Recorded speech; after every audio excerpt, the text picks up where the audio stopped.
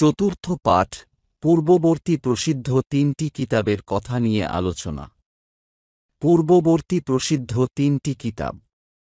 পবিত্র আল কুরআন ও আল হাদিস থেকে আমরা জানতে পারি যে আল্লাহ তাআলা মানুষের হেদায়েতের জন্য পূর্ববর্তী নবী রাসূলগণের উপর বহু গ্রন্থ নাজিল করেন, কিন্তু আমরা সে সব গ্রন্থের নাম জানি না। আমরা এ কথা বিশ্বাস করি সে সকল গ্রন্থ ছিল মানুষদেরকে পথ দেখানো। তবে আল কুরআনে জাবুর, তাওরাত ও ইনজিল এই তিনটি গ্রন্থের নাম পাওয়া যায়। যেমন ইরশাদ হয়েছে, আমি কতক নবীকে কতকের উপর শ্রেষ্ঠত্ব দিয়েছি ও দাউদকে জাবুর দিয়েছি। সূরা আল বানী ইসরাইল ৫৫। অন্যত্র বলা হয়েছে, আমি মূসাকে প্রদান করেছি কিতাব অর্থাৎ তাওরাত, যে সৎকর্ম করেছে তার জন্য পরিপূর্ণতা। প্রতিটি বিষয়ের বিস্তারিত ব্যাখ্যা, হেদায়েত ও রহমত স্বরূপ, যাতে তারা তাদের রবের সাক্ষাতের ব্যাপারে ঈমান রাখে। সূরা আল আনআম ১৫৪। আরও বলা হয়েছে, আমি তাদের পেছনে মরিয়ম পুত্র ঈসাকে পাঠিয়েছিলাম তার সামনে বিদ্যমান তাওরাতের সত্যায়নকারী রূপে, আর তাকে ইনজিল দিয়েছিলাম। এতে হেদায়েত ও আলো আছে এবং তৎপূর্বে অবতীর্ণ তাওরাতের সত্যায়নকারী, হেদায়েত ও মুত্তাকিদের জন্য উপদেশ স্বরূপ।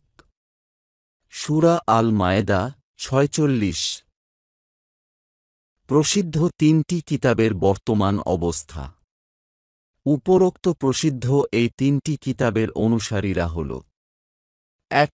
জাবুর কিতাব, যা কিবতী সম্প্রদায়ের উপর অবতীর্ণ হয়েছিল। ২. তাওরাত কিতাব, যা ইয়াহুদ সম্প্রদায় অর্থাৎ ইহুদি জাতির উপর অবতীর্ণ হয়েছিল। ৩. ইনজিল কিতাব, যা নাসারা সম্প্রদায় অর্থাৎ খ্রিস্টান জাতির উপর অবতীর্ণ হয়েছিল।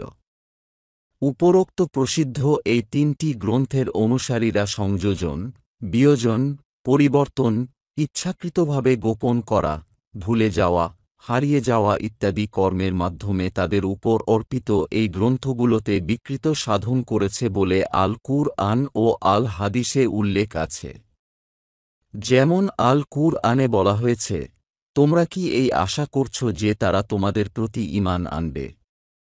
অথচ তাদের একটি দল ছিল যারা আল্লাহর বাণী শুনত, তারপর তা জেনে বুঝে নেয়ার পর বিকৃত করত। সূরা আল বাকারা ৭৫। অন্যত্র ইরশাদ হয়েছে, যারা নিজেদের হাতে কিতাব লিখে তাদের জন্য ধ্বংস। তারপর তারা বলে, ইহা আল্লাহর পক্ষ হতে, যাতে তা তুচ্ছ মূল্যে বিক্রয় করতে পারে।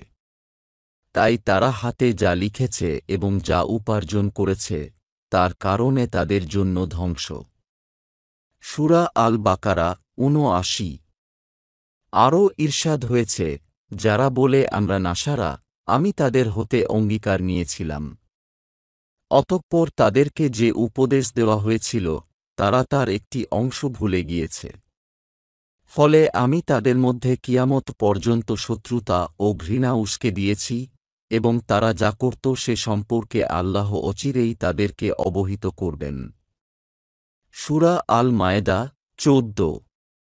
উপরন্তেওয়া বর্তমানে ইনজিল ও তাওরাত নামে প্রচলিত বইপত্রগুলো ভুলভ্রান্তি ও বৈপরীত্যে ভরা, যা ইহুদি খ্রিস্টানরা নিজেরাও স্বীকার করে। অথচ আল্লাহর কিতাবে কোনো ভুলভ্রান্তি ও বৈপরীত্য থাকতে পারে না।